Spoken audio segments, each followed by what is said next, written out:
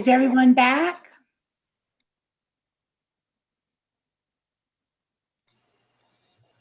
I'm back. Yay. And I'm badder than ever. Just kidding. We're back. We're back. All right. Well, then, Roger, if you want to All right, take us off musical, thank you. here we go. Music hold ended. Hi, welcome back. Next is the second and final concept review item on tonight's agenda. It's a proposal for a 238-unit single-family detached and detached development with a 2-acre future affordable housing site within the North Park Baseline neighborhood. We will follow the city's standard procedures for concept plan reviews as previously outlined. Electronic copies of concept review plans are available at broomfieldvoice.com. Copies of comments provided for each plan at broomfieldvoice.com have been provided to the City Council and can be found by clicking the correspondence link at the bottom of tonight's agenda. Council members have a copy of the agenda memorandum for this proposal, which I will ask our staff to summarize. Good evening, Mayor Pro Tem and Council. I'd like to welcome Josh O'Hava, our Principal Planner, who will walk us through the next item. Good evening. Thank you, Ms. Yeoman, Mayor Pro Tem, and members of council. Next slide, please. The applicant is proposing a new residential development within the North Park Baseline PUD area. This site is located at the northeast corner of Sheridan Parkway and West 160th Avenue. The proposal is divided into 3 phases of development. Phase 1 and 2 include 238 single-family attached and detached residential units on approximately 23 acres. And phase 3 is a future 2-acre affordable housing site. Next slide, please. The land use designation for the site is mixed use commercial, and the proposal is consistent with this land use designation. Next slide, please. The 3 phases I mentioned are broken out as follows. The first is a 100 for-rent duplex units located on the western half of the site. And this is west of the future extension of Peak Street, which goes right down the middle of the property, and east of and adjacent to Sheridan Parkway. In the next area, there are 75 single-family detached units and 63 townhome units. Those are located on the eastern half of the site, again, east of the future extension of Peak Street and west of what is Promenade Street. And then lastly, as I mentioned earlier, the future affordable housing site is located at the southwest corner of the property that is directly adjacent to Sheridan Parkway and West 160th Avenue. Residential buildings are oriented with front doors and porches opening up onto public streets and open areas, while garages are situated along alleyways and private streets. The for-rent duplex component, again, that's the property, that's the western portion of the site, includes a clubhouse and amenities for future tenants.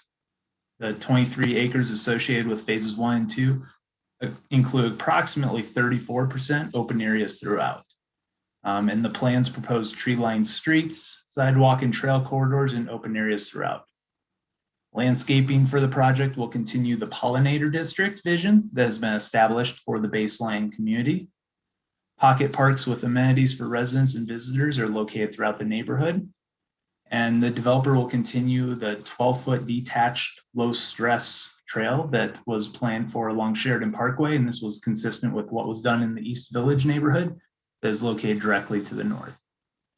There will be an extensive internal walkway and sidewalk system. And this will allow pedestrians to easily move throughout the neighborhood and the greater baseline community, which also ties into Broomfield's regional trail network. Resident and visitor parking will be provided within garages, dedicated off-street parking spaces, and on-street parking spaces. Next slide, please. Illustrations were provided as part of the concept packet to represent the architectural character planned for the residential buildings within phases 1 and 2. Building designs will continue the architectural themes planned for baseline, which are using contrasting color schemes and material selections that help to provide a modern approach to the overall design. Building forms are compatible with what is being constructed and designed within the West Village and East Village neighborhoods in North Park or Baseline, located to the north along Sheridan Parkway. Next slide, please. The site is located adjacent to one plugged-in abandoned oil and gas well. You can see that dot located directly to the east of the red boundaries. Other plugged-in abandoned wells can be seen beyond the 1,320-foot buffer from the property boundaries. The adjacent plugged-in abandoned well will be located next to the future extension of Promenade Street, with future residential lots located, approximately 200 feet within 200 feet of the plugged-in abandoned well. The developer will need to include all required municipal code notes regarding disclosures and notifications as part of their formal development plans. And to note, the Baseline North Park development does have vested property rights agreement, and therefore the potential revisions to the municipal code regarding reverse setbacks from oil and gas facilities would not be applicable to the subject development.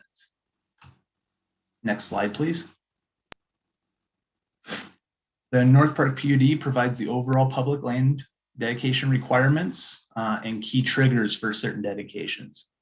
Every project within North Park or Baseline is evaluated on its own merits and contributes toward meeting the overall public land obligations for the neighborhood.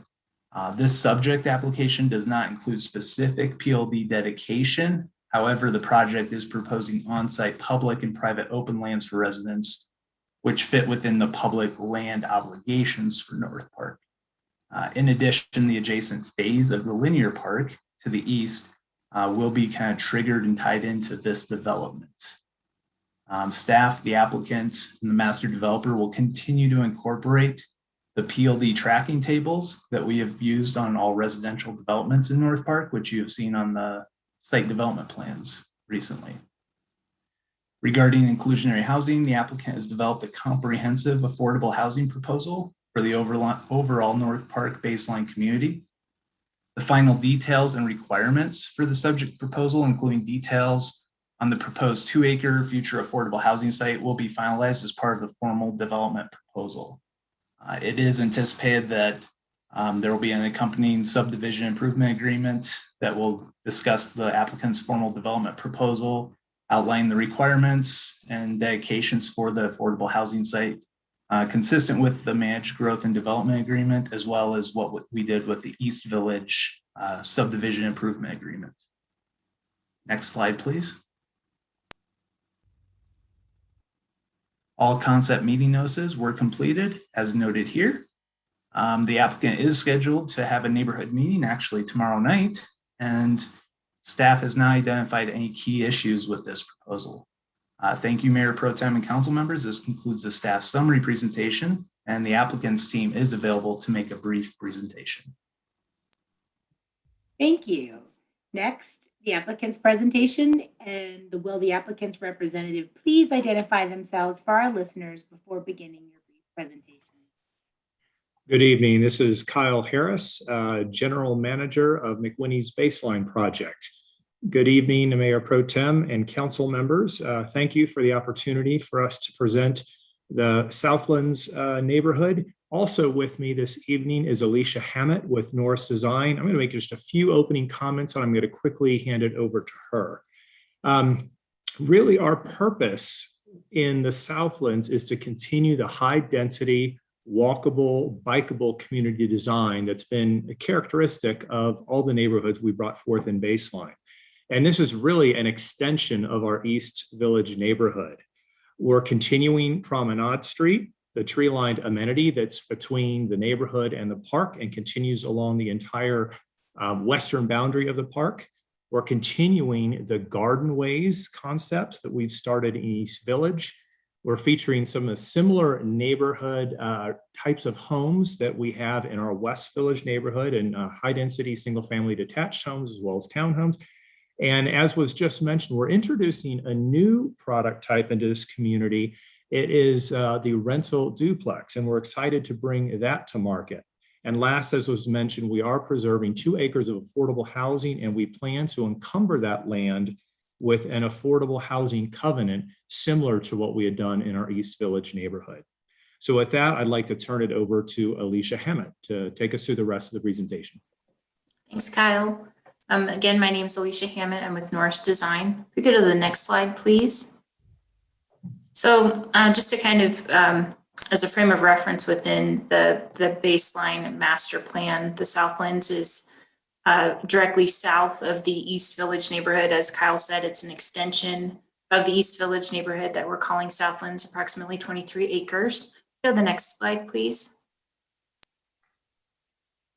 So this is kind of a zoomed in view. So we have two halves of this plan. So the center street that you see there is an extension of Peak Street in between Sheridan and Promenade. And on the west portion of the site are the rental duplexes. The yellow lots that you see have side entry features, whereas the orange lots have front entry features. And they have a supporting amenity center that will have a pool and a fitness center, and some other outdoor amenities and lawn space, places for gathering. We have guest parking that's in the alleys for these units, and they're also garage parked. And then on the east side of Peak Street, where you see the teal and the tan lots are single family detached homes, and the teal lots are a townhome product. And everything that's east of the plant of Peak Street, that center street, is for sale. And then you see the light yellow 2-acre parcel for affordable housing at the corner of Sheridan and 160th Avenue. And then you see the Parklands Park to the far east. So we're right around just shy of 240 units total over these, over about 21 acres. There'll be 23 with that, with the affordable housing parcel. We go to the next slide, please. So this is some of the architectural character for these rental duplexes that you see along here on the bottom, and then the amenity center, which will have the clubhouse and the pool, and the fitness center is above. So that's everything to the west of the site. Go to the next slide, please.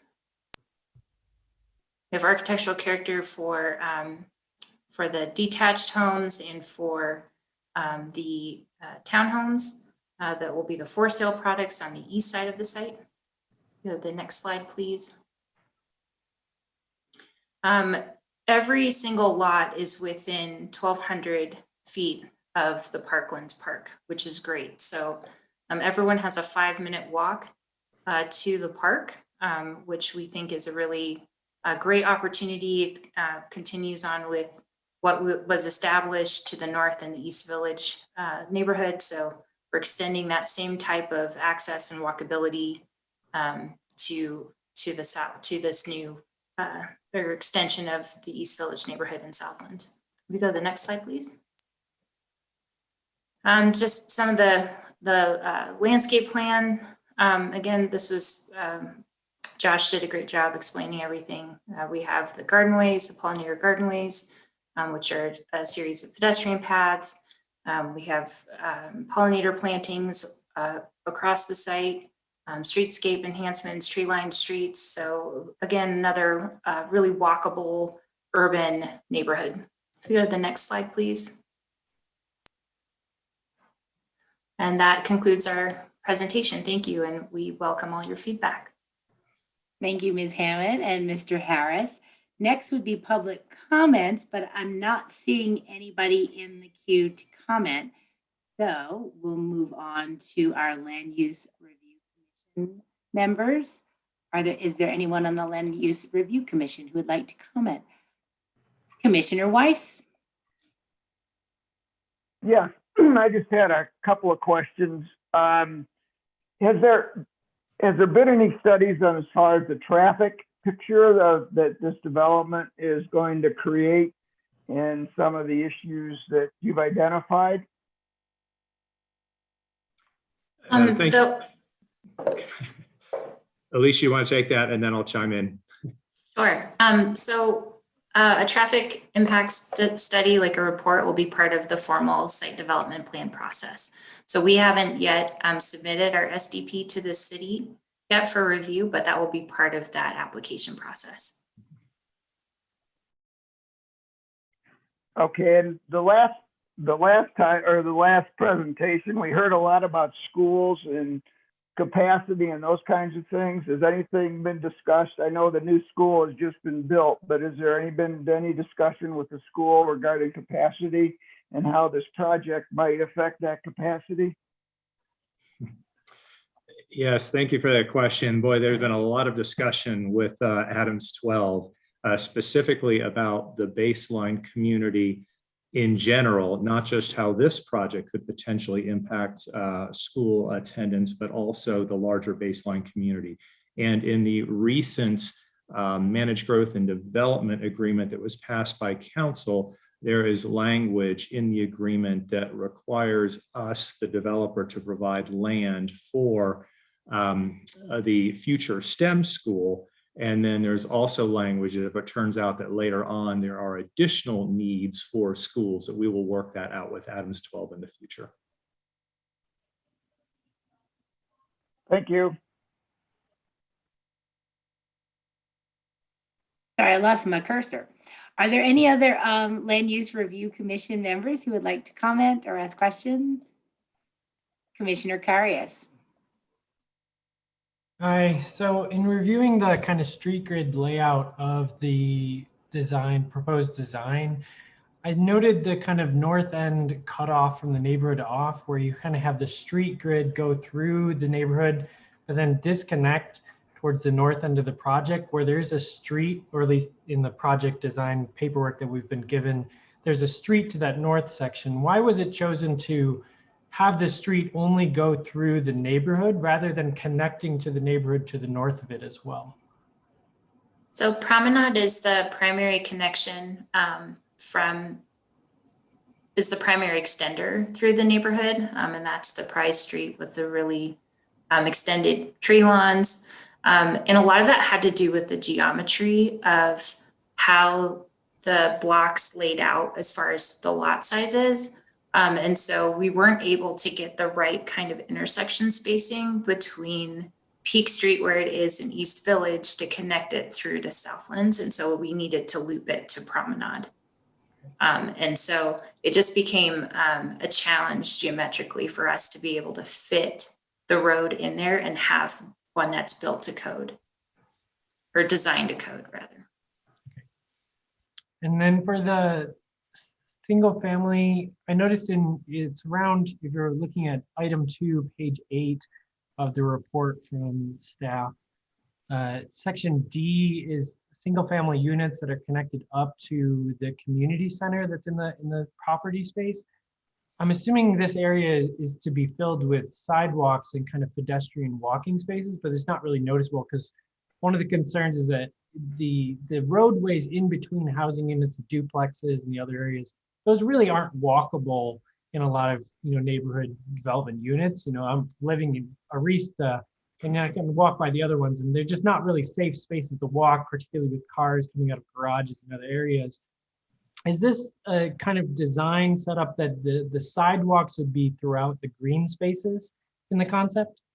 That's correct. So all of the green areas are what paseos are, pedestrian paseos. So those are the primary points of pedestrian circulation, not the alleys. Okay. And is there any plan for how those pedestrian intersections would overlap with the promenade space? Particularly, you're saying this is kind of the major connection is Promenade. Is there plans for how to get pedestrians across that space safely and connecting to other neighborhoods as well?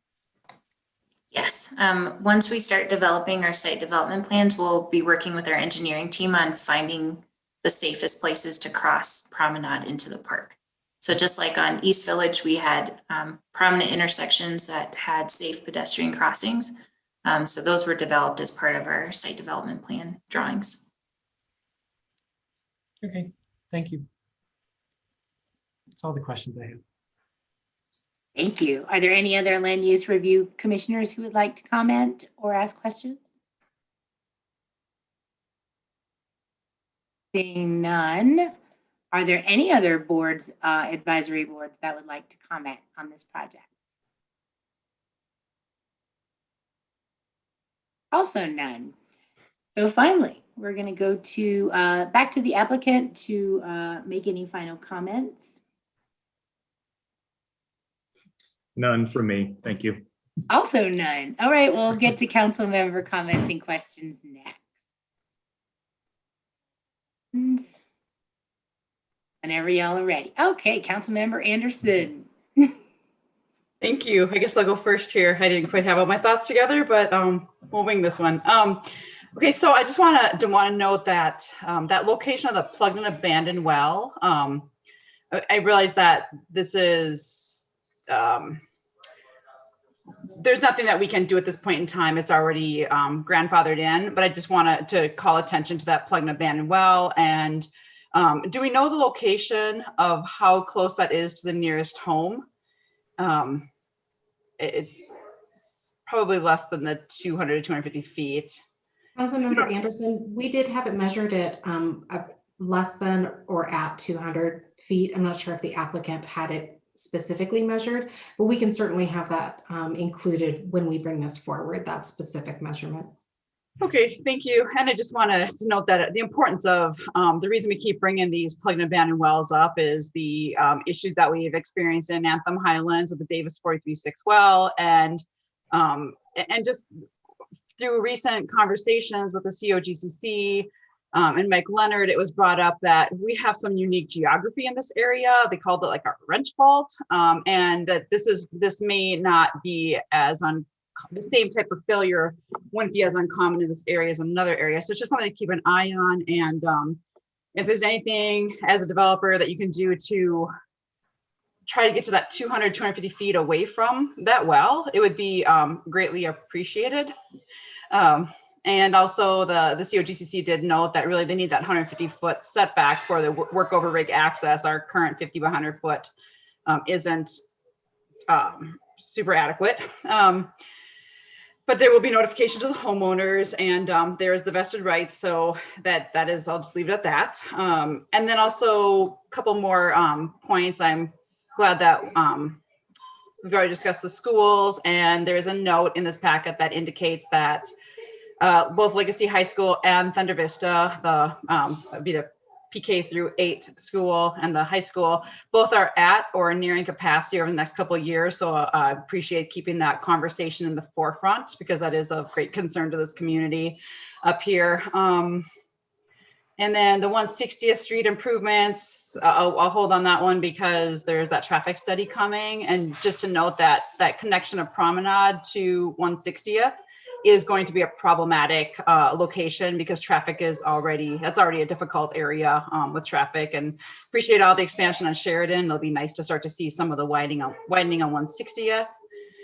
And then I'm just going to put a plug in for this one again, that those charging stations, appreciate that there's already, continue this move to have infrastructure in place in these garages, but also that there's a note about the level 2 chargers near the linear park. And then I'm just going to put that plug in for that level 3 rapid charger. Keep looking at those grants and possibilities. And this does not need to be a free charging station. It's just a necessity that I'm sure that most EV drivers are willing to pay for. Just to have one of those in Broomfield, the first, will be amazing.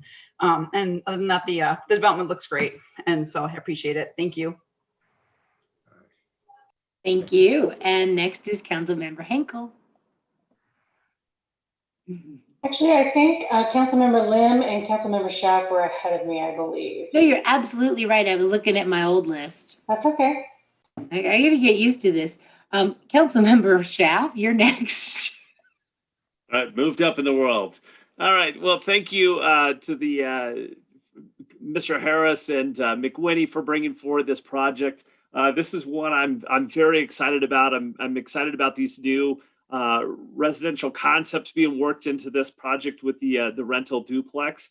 I think this is a product that could be great up in the baseline development.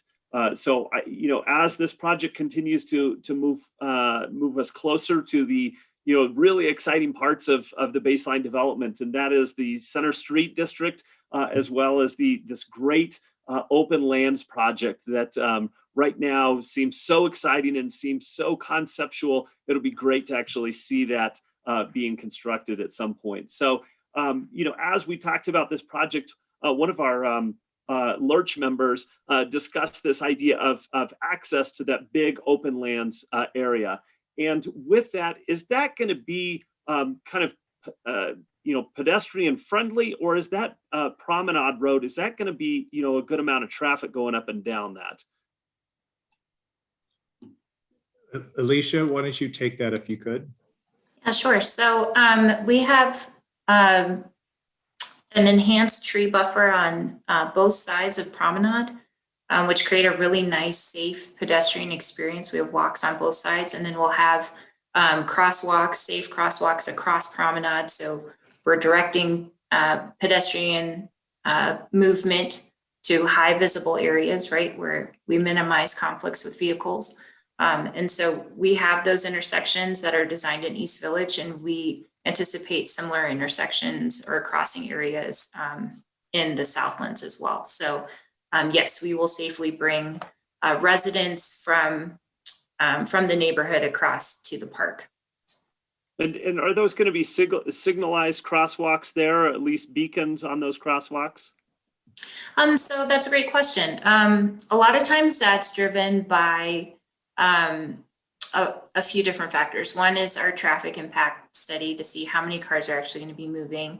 And then also the city's engineering department on what they think would be the safest level of crossing. So sometimes we have, I think in East Village, we have raised crosswalks, right? And changing in pavement color and things like that. So there's a lot of different ways to create safe crosswalks that don't necessarily always require a light.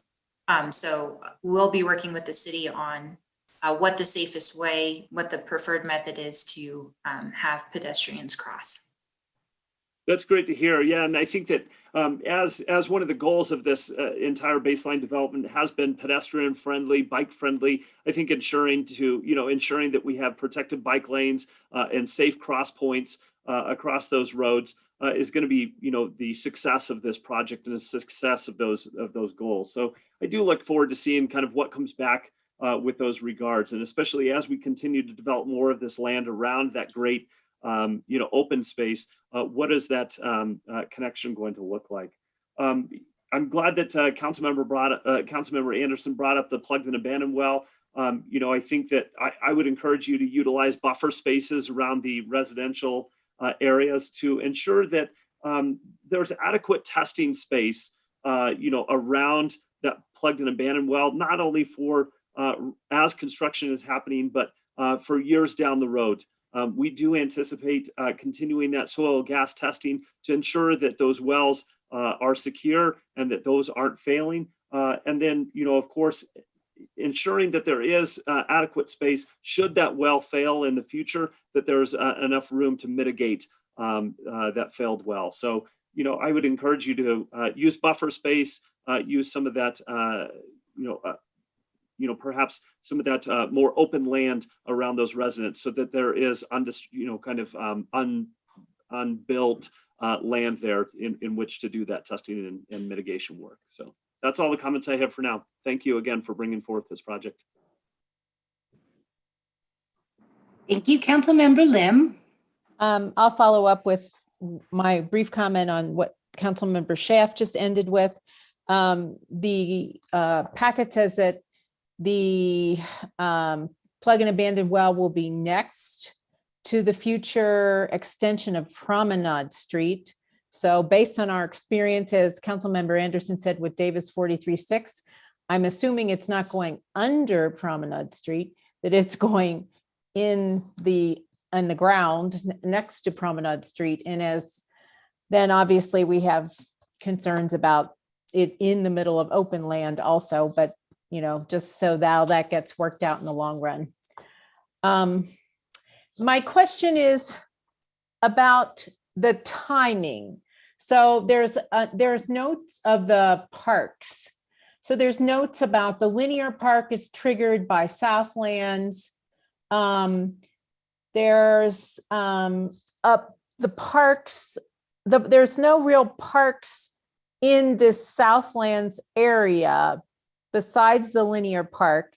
And what is the possibility, or what is the timing, I guess, that as phase 1 of Southlands to the east is built, that there's not going to be any park for a while that is accessible to the eastern side of Southlands, that they're going to be there for how many months with no park to go to.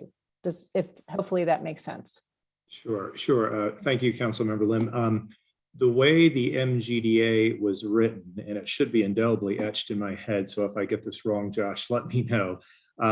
Because the eastern side of this portion of the park has already been developed, because there's a flex industrial project there, development, the concept was that when both sides of the park get developed, the inner portion of the park is developed as well. So once the Southlands is developed, that does trigger the development of the park between the flex industrial building and the Southlands area. So that will actually be happening concurrently. And so that's both the drainage and the regional trail. Okay, so it's concurrent, it's not after the completion of Southlands. My understanding is that it is concurrent. Okay, that's good. That's the clarification that I wanted, that these people in phase one of Southlands weren't sitting there waiting for the rest of Southlands to be finished and not have a park. So, okay, that's great. Thank you. Sure. Thank you. And Councilmember Henkel. Thank you. I have been writing a little bit of notes in addition to what I had before. I love, first of all, the architecture of this. I think it's wonderful.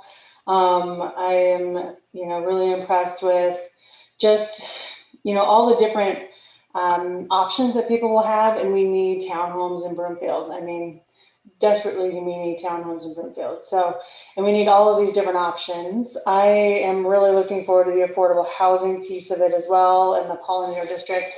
I'll echo everyone's thoughts about, oil and gas. We've had some major issues with homeowners nearby, and we don't want, what happens is sometimes people can't move into their homes because we're mitigating oil and gas. So this benefits you to make sure that your homeowners are able to get into those homes. So it does benefit the developer to make sure that you're mindful of oil and gas. I'm glad that we have doors for affordable housing. We got a lot of cash in lieu, and I'm glad we're putting some doors up soon. So that'll be really good. I live in McKay, and I love having all this like different mix. We have alley homes is what they call it. They call it different names over there. And then we also have, condominiums. And so I love having this sort of mixed area. My daughter can go to her teacher, who I don't like to pull her teeth, but her teacher does. So when she walked over, she could go get her teeth pulled by her teacher who loved her. So it was just a wonderful mix of being a part of the community. So I just want to throw that out there.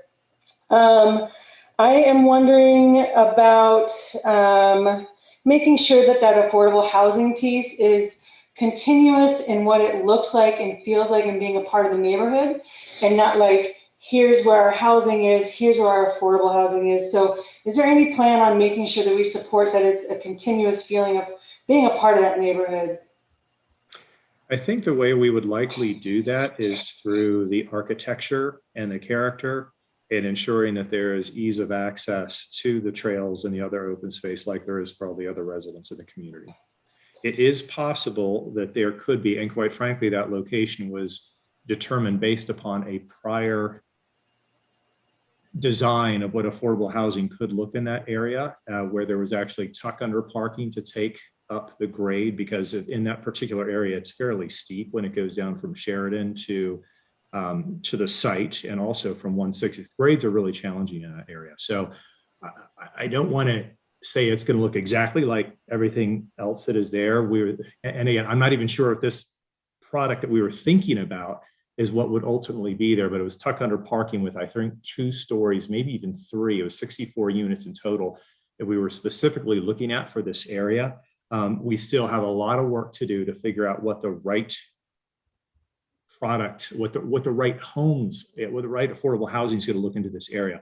But similar to what we're doing in the East Village, part of what's the onus is on us to choose partners who can deliver affordable housing and do it in a way where you don't know that it's affordable housing. I mean, that's very important for us. And that's why we chose Medici to do the other piece, because it looks fantastic. So that's the same type of design ethos that we're going to be looking at for this area. And all developments That's within, important. just to add that all developments within baseline are subject to review with the baseline DRC, with the design review committee. So every single developer has to go through that review process, which is a multiple step process to get approvals for design. So. Okay, great. I apologize, my camera is kind of glitching again. It did this a couple months ago. And so if I freeze up, it's on me, not you. One last thing I think on here, well, I guess I have two more things. Does it go back to the Housing Advisory Committee for this particular part for the housing piece, the affordable housing? I'm just not quite clear. Maybe staff can answer that. Can you clarify that question, Councilmember Hinkle? Yeah, will our Housing Advisory Committee, sort of oversee what this might look like or feel like when it's finalized? Because it's not really finalized right now, so it's kind of hard to like give feedback unless we've had feedback on the affordable housing piece. So are they going to have eyes on this particular affordable housing part of the development again, or no? Yes, through the initial site development plan process that, for the rest of the project and even the platting of just this parcel and the agreement that goes into place with the covenant, that'll go through the Housing Advisory Committee as a recommendation and will be part of the staff report at a later time. And then as that specific site is designed, that'll also go through the Housing Advisory Committee as a recommendation and feedback for staff, then up through council for the final approvals. Okay, I thought so. I just wanted to make sure. And then I noticed, I think it was page 11. I think this is a staff question. It just said the applicant worked with staff to align intern alleyways and driveways to avoid traffic and pedestrian conflicts that would have occurred. Can you just sort of flesh that out as to how that happened, and want to make sure that what are we avoiding and what have we learned from the past as far as that's concerned? Yes, so the concept plan that you saw in your packets was the revised concept. When staff was first kind of reviewing the concept, a lot of the alleyways across from driveways didn't align. They were kind of offset. So then not only did you have those conflicts where vehicles were turning at different angles at offset locations, then you also had people crossing at all those different locations. And so we worked with the applicants and provide feedback on getting those roadways and alleyways aligned across from each other. So that way it reduces the number of conflict points when you're walking or driving across those areas. Okay, so you mean like where the cars back up? So, if you look up Peak Street on page 9 of the staff report, Peak Street, or in the packet itself, Peak Street down the middle of the road is the Mill Road. And then all the alleyways and driveways that come off of that, the gray lines that go off of that, they are now more aligned, where before they were all offset. And so now they line up. And so you can look straight across and see the person that's turning in front of you, rather than looking to left and right and trying to make sense of who goes first. And, oh, now there's a person crossing. And so it reduces those points of confusion and conflict.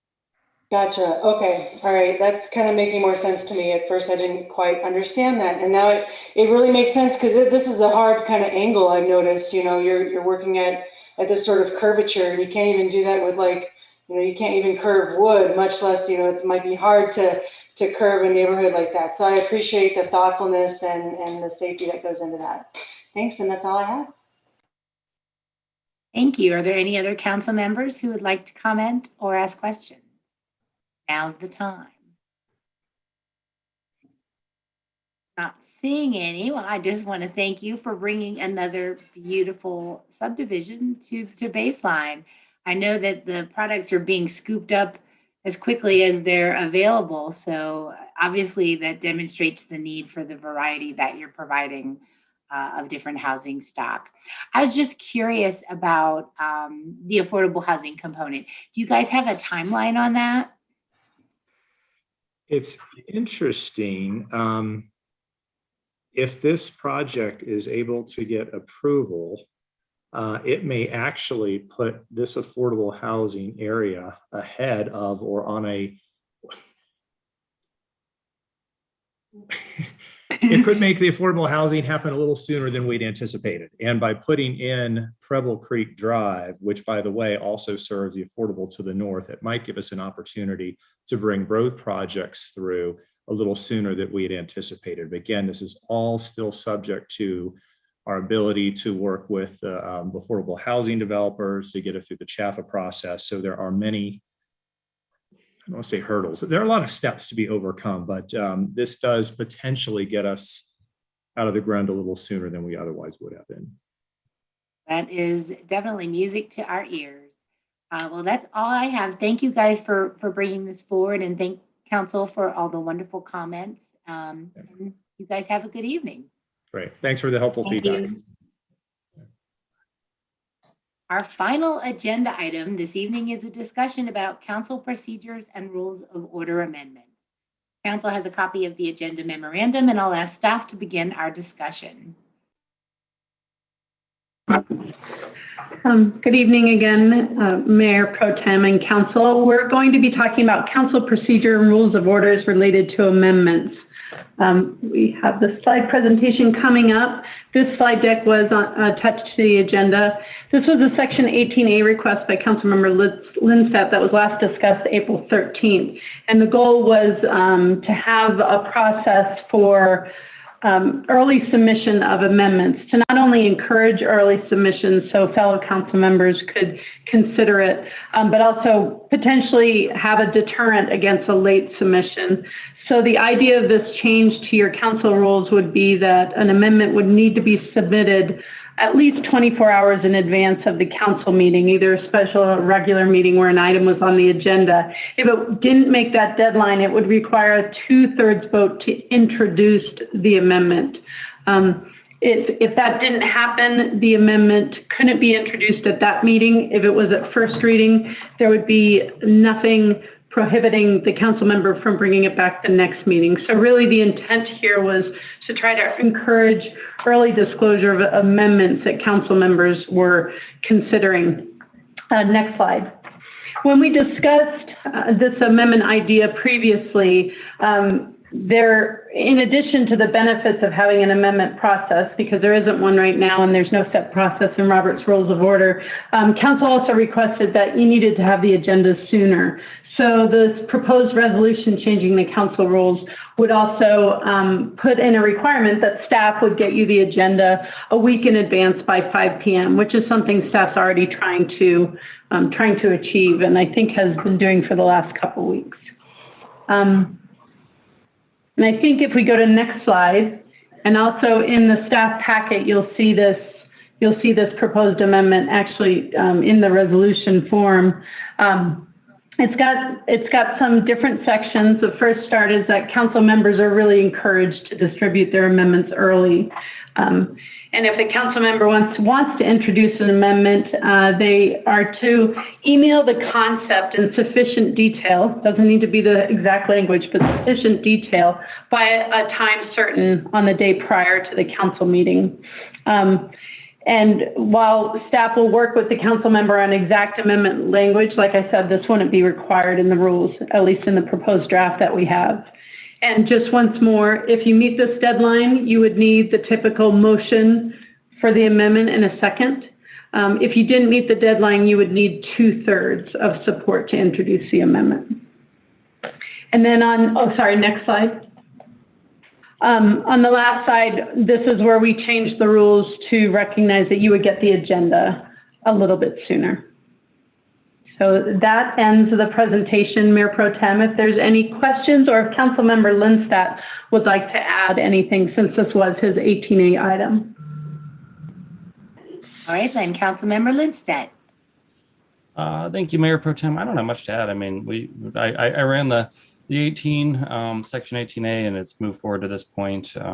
So it's kind of in all of your capable hands to decide what you want to do with it. My intent was just to make this process a little bit more streamlined, fair, efficient, and equitable for everyone involved. So I think the wording here is squishy enough where we can submit general ideas of amendments ahead of time, and will allow all of us time to do our homework on possible amendments. So that's all I really have to add. I hope you'll support it, but I think as we improve our Robert's Rules of Order and everything, this is something that we definitely need to address when it comes to second reading votes and developments that are, as you guys know, so hyper complicated. So that's all I have. Thank you. Thank you. Are there any council member questions or comments?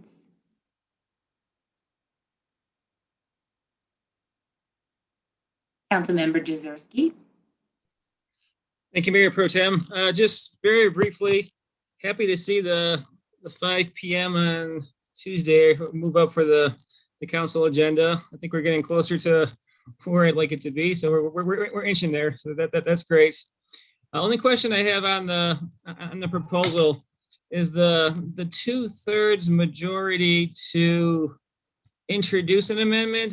That seems like we'd have to have the 2/3 majority to introduce it, then also vote on it separately. And to introduce it, you're going to have to basically introduce it anyways, because I'm not sure how you decide whether or not it should even be introduced without the party actually introducing it to some extent. So I'm guessing it just seems a little duplicative to me, and maybe it should just be 2/3 majority to approve it.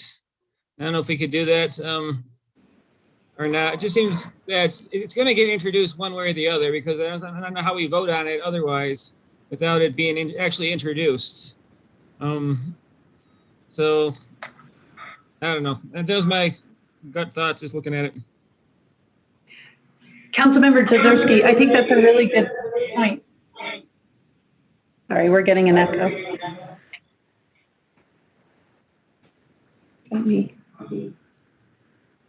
Are we okay now? Yes. Okay. The reason we were talking about 2/3 to introduce is because, well, twofold. One of the reasons to do this is to avoid a long discussion on an amendment that council just learned of very recently, within 24 hours before the meeting. That to have a discussion and then go to a vote and it fails anyways, we were trying to recognize that potential time savings for council. The other reason was to just really hit hard on that deterrent, that the 2/3 vote just to even be introduced by title is a higher standard that a council member would have to reach, and hopefully that is a deterrent enough to get you to meet that deadline. But I understand what you're saying, and we actually prepared drafts both ways, and we could change that easily if that's where council would like to go. I actually like your reasoning, as long as the discussion is properly limited in scope to whether or not it should be introduced. Because yeah, I totally get and agree with not having a full-blown discussion if it can be, if the 2/3 isn't there to support it, but that's the discussion on the introduction needs to be necessarily limited to very much yes or no for the most part, I guess, and not getting into the actual substance of the amendment itself. And I think that's where it's going to be the difficulty with a lot of my colleagues is to actually limit their discussion in that matter. So I think that's going to have to be heavily policed, Mayor Pro Tem. So because I've seen it before, we get off track very easily on this council. So I think that's where the devil's going to be in the details there, but I'll support it as written, as long as we properly enforce it. Thank you. Councilmember Tessier? Ditto. That is all. I love it. Thank you for bringing this forward, Councilmember Lindstedt. Councilmember Lim. Okay, I appreciate the fact that staff is going to commit in the resolution to get the agenda out by 5 p.m. That will, help expedite things with thinking about amendments ahead of time. I guess my question is, and this might I would like comments from those council members who've been around this process longer than I have. So I was thinking about that sometimes amendments are brought forward during the meeting when a previous amendment fails. And sometimes that's actually advantageous to compromise is what I'm saying. And so my question is, does this process deter compromise? I guess that's the question I want to throw out there, and I would hate to do that. That's my hesitation. I understand that people want to be informed. I do too, what's coming forward. But, you know, if an amendment fails, I think it's happened before that we've had, okay, let's try something else. This seems like the middle here. And then we have to have 2/3 to get to the middle. So anyway, that's the question I wanted to throw out.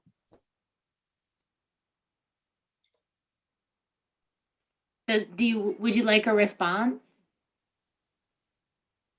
Yes, from staff, I guess, if they've considered that, first of all.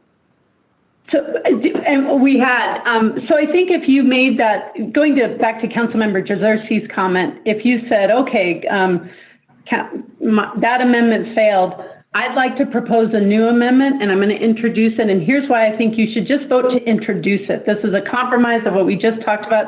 Just let's talk about it a little bit more. And I think you'll get that 2/3 on the introduction. So I think you'll be able to meet that hurdle.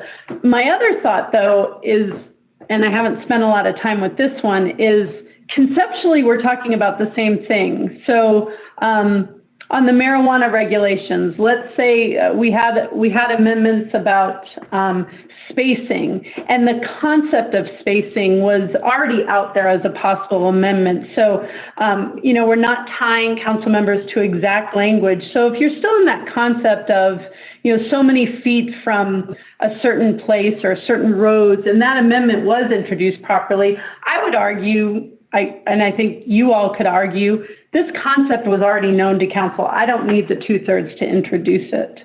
But this does have to go into the self-policing part of council. So I would definitely love to hear council members' thoughts on this. Okay, yes, I would like to hear other council members too, but thank you for your response. Thank you, Councilmember Schaaf. Thank you, Mayor Pro Tem.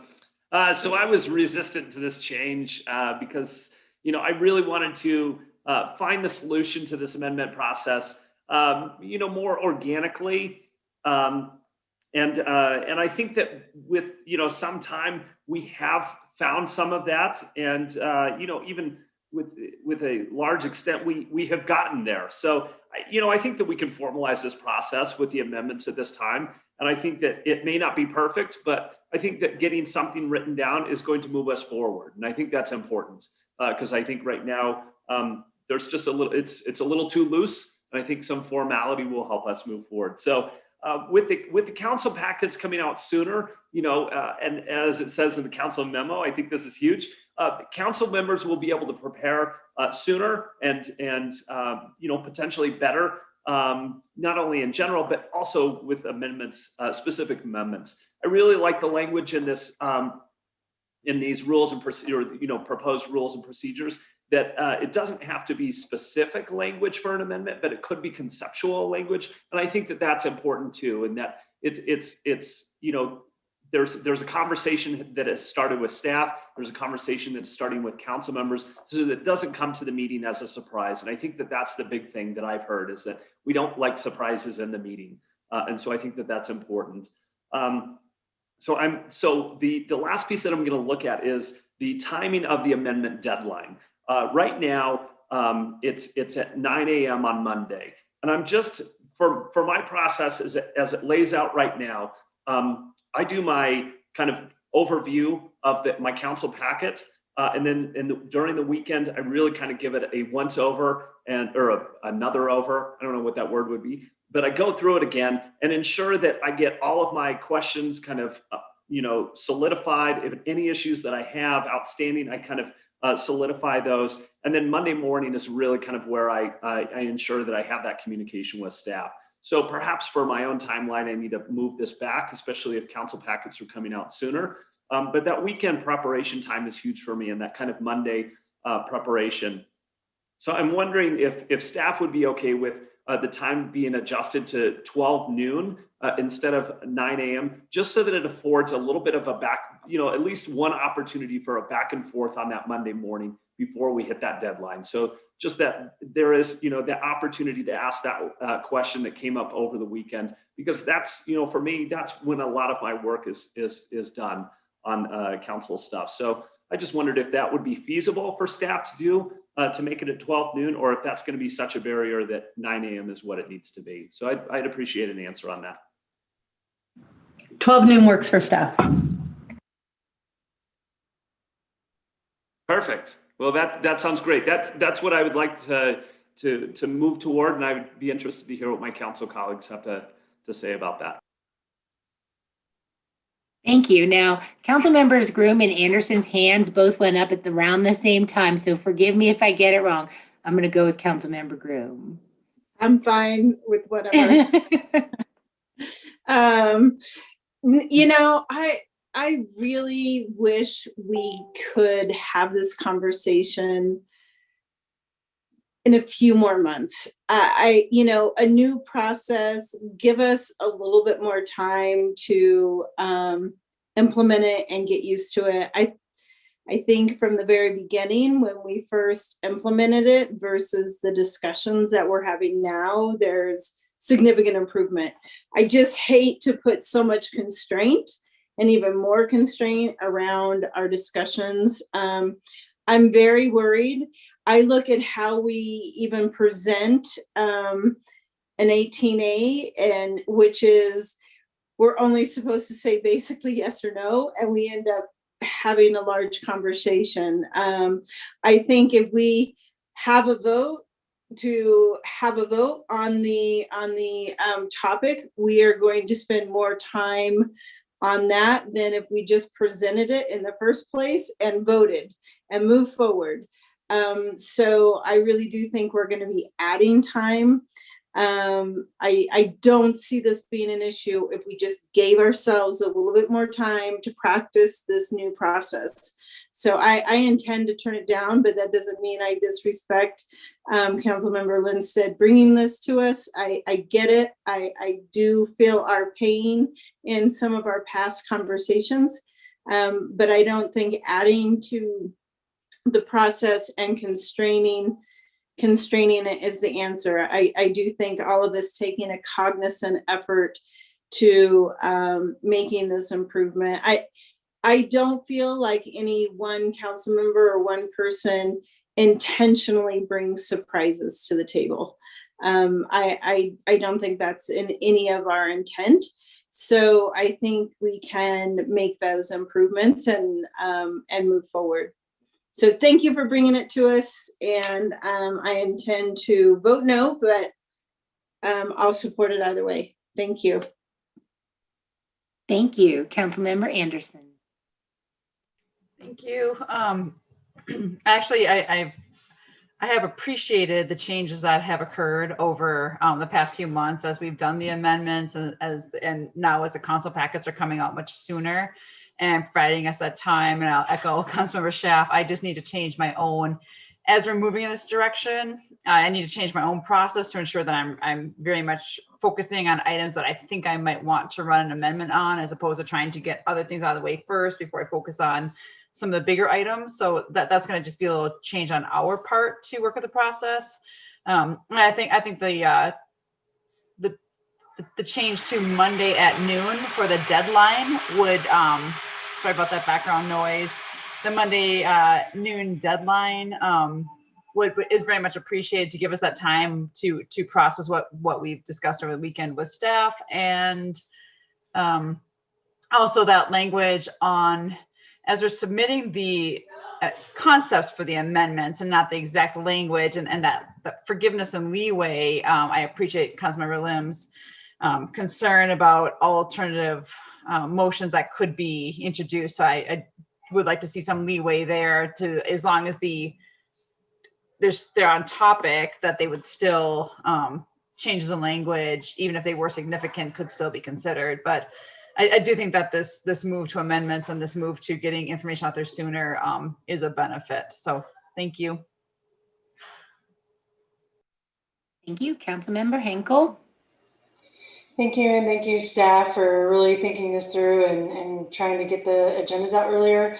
And thank you, Councilmember Lindstedt, for bringing this forward. I know that being a new council member too, you're trying to disseminate what is the meat part of the ordinance, right, or the resolutions, and so you're really trying to move forward with these things, and then trying to get the language and what that means and what repercussions could be a part of those discussions have to be well thought out in advance, I feel.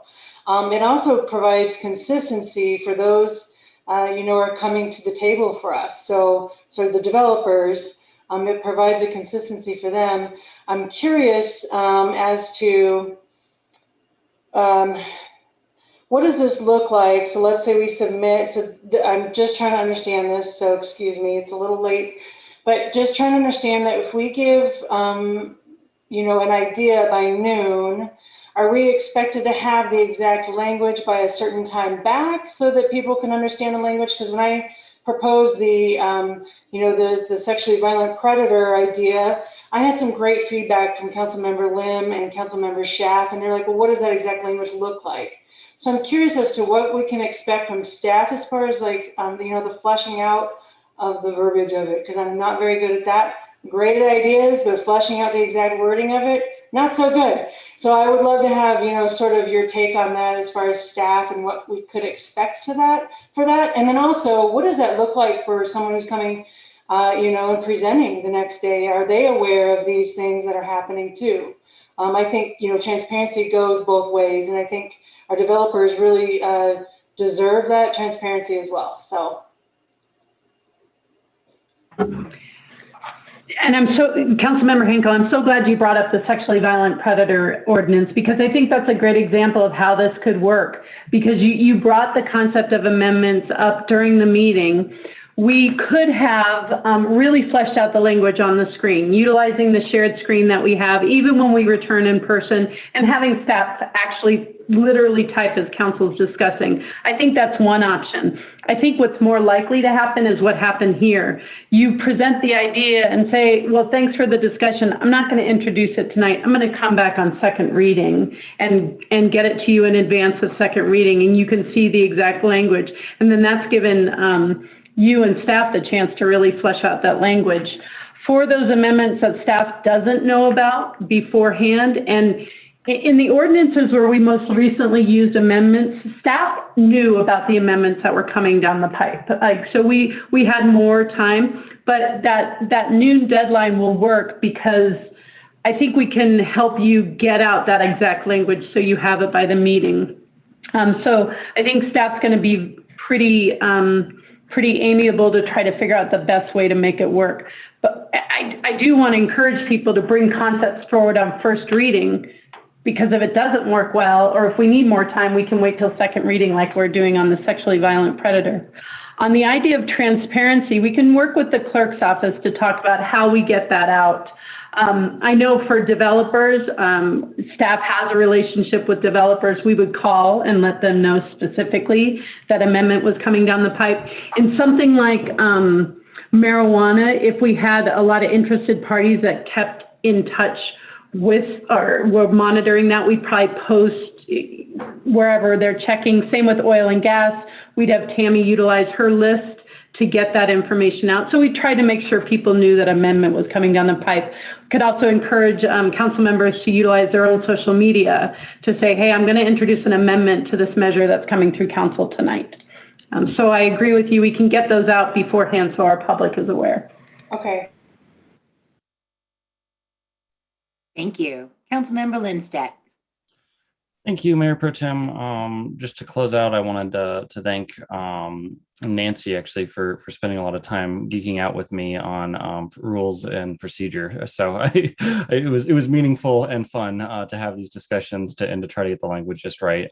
I totally agree with Councilmember Schaaf on the noon deadline and with Councilmember Lim on clarifying that language a little bit to make sure we can have productive discussions and iterations of amendments that get us to that compromise. So I appreciate all the time, regardless of what happens with this moving forward, and for the thoughtful discussion. So thanks so much.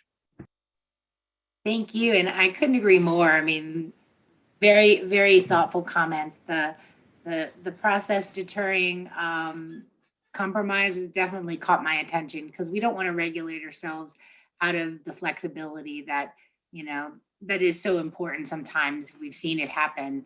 So I think a nuanced approach is good, and I support the noon deadline as well. And if it doesn't work, we undo it. So it's always ever changing, right? All right, are there any other comments for the meeting before we adjourn? Oh, Ms. Rogers. I do have one more on this, and it is a little procedurally awkward. This is study session. We're having this great discussion on this resolution before you actually vote on it. And I wanted to gauge council's temperature for putting this on consent. You've already had a discussion in public meeting. It could get pulled off consent if somebody wanted additional discussion. We'll make the change to 12 noon in the final draft. It still allows somebody to vote against it, but we could potentially save time and not have this on council business. I'm seeing that. Are there any objections to putting it on consent? That's what I would do, the opposite. So I just want to clarify, since I would not be voting in favor of it, how do you put it on consent? Oh, sorry, you're on mute. No, that's okay. We call it consent agenda, but there's actually roll taken. Well, let me think about this. They vote it in a group. They do vote it in a group. Yeah. We could vote this one separately. You would have to pull it off so you could vote. Yeah. Yeah. And that's okay. Or request a separate vote. I just would say we wouldn't dedicate the 30 minutes to it that we would normally dedicate to a resolution on council business. Just an idea. I mean, we don't need to do it on this one. Yeah, I love the idea. I'm almost wanting to vote for it, so it goes and stays on consent, because I know it will go. But let me work with the clerk's office and city manager. If we can make it happen, we'll get it on consent. We'll do it as a test run. It's probably a good resolution to do as a test run like this, because I know it's a little odd to bring a resolution to go 18A study session and then regular meeting, but this is one of the benefits of doing it that way. Okay, thank you. Well, thank you all. And this concludes the agenda items for this evening's study session. There being no further business, the study session is adjourned. Thank you all for a great meeting. Thank you. Good night, y'all. Have a good night.